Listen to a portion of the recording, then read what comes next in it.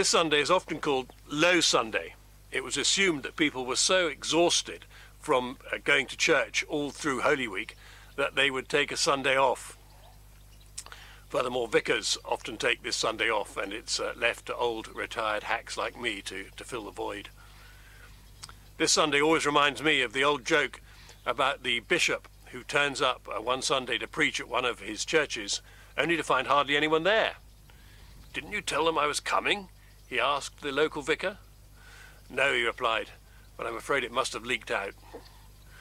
Growing up in a Dorset vicarage with a fanatical fisherman for a father, and Low Sunday, often coming as this year at the end of April, meant he had a day off, and we would often go fishing. It often coincided with the hatch of the Granham on the River Frome, where we fished, so it could be a real bonanza. Happy memories.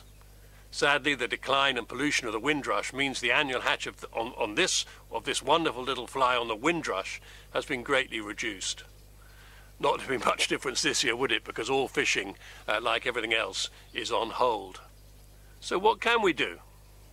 Well, of course, one thing many of us can do is go for a walk once a day. And here in Astley, at least, this has been a way of saying hi to people, admittedly, always at a safe distance. As you have heard in the reading from Luke 24, we're told about a wonderful story of a couple going on their daily exercise walk and having a life-changing encounter. It's the story of Cleopas and his friend, perhaps his wife, walking the 7-mile route from Jerusalem to the little village of Emmaus, a Sabbath day's journey, they called it. Now, I discovered that Cleopas is really a shortened version of Cleopatros. So let's give ourselves some COVID-19 Low Sunday license and imagine Cleopatros and his beautiful wife Cleopatra going for their daily exercise walk. Like us on our walks these days, they were troubled by what was going on in the world, but they were clearly followers of Jesus. Cleopas he's not one of the 12, of course. These are just ordinary folk who encountered the risen Jesus, just like you and me, perhaps. But I'm getting ahead of myself in the story.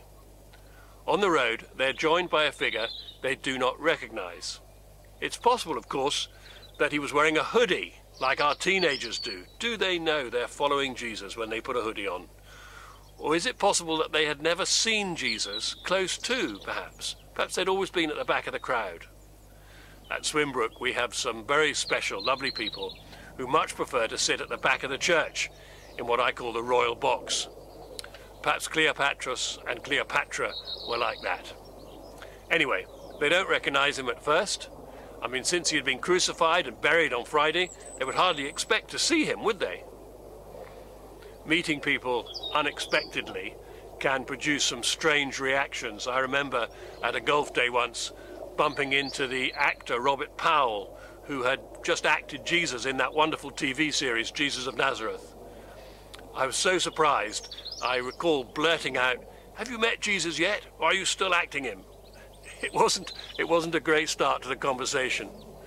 Cleopas assumes that the stranger has been self-isolating. Interesting how new words have entered our lives, isn't it? He seems to be ignorant of the events that have occurred over the weekend in Jerusalem.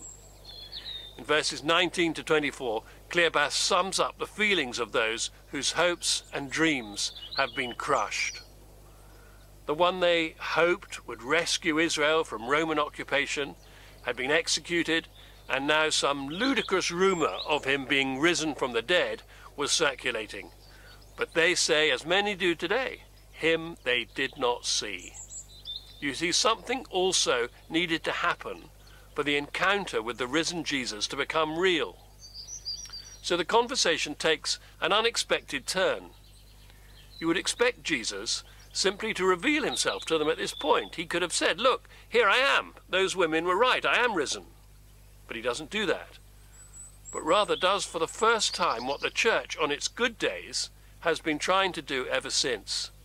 He sets his death and resurrection in the context of what theologians call salvation history.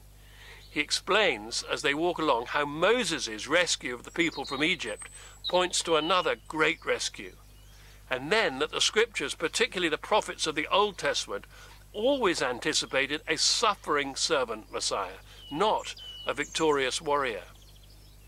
The latter might win a battle or two, but only the atoning death of the Messiah in humanity's place, in our place, in your place and mine, would win the war against sin and death.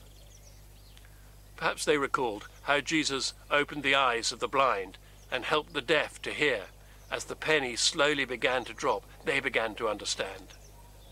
Then as they entered their house in Emmaus, perhaps their village retreat, and began to eat, Jesus removed his hoodie perhaps, and as they broke bread together, as the disciples had in the upper room, they recognized him. They were of course thrilled and rushed back to Jerusalem to be with the other believers. But it's significant that Luke tells us that their hearts were burning within them as Jesus opened the scriptures to them. What they discovered is what every Christian, perhaps you, ever since, has discovered, that when the whole Bible story is understood, when salvation history is explained, the world and our place in it begin to make sense. It's not just that they discover Jesus' identity, sensational enough, but they discover their own identity. The resurrection of Jesus is the greatest event in the history of the world. He is indeed our trailblazer into eternity, physically recognizable but not confined by time and space. The rest of the chapter, like the other gospel accounts of the resurrection, informs us how the risen Jesus, over a period of a few weeks, made himself known to his followers. He was commissioning them for the great work of winning the world.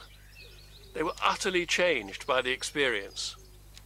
Within a few years, the number of believers grew from a handful to thousands. No doubt our Cleopatros and Cleopatra played their part. But here we are, just 2,000 years on, a mere 2 days in God's time, according to the Apostle Peter in his second letter, and there are something like 2.5 billion Christians in the world. 2.5 billion. I expect that most of you listening to this talk are in that vast number. But if you're not yet sure, let me encourage you right now to say in your heart what the disciples said in Luke 24, verse 34. It is true, the Lord is risen. Have you said that? Have you? Say it out loud with me. It is true, the Lord is risen. It is true, the Lord is risen. Did you notice how your heart burned within you?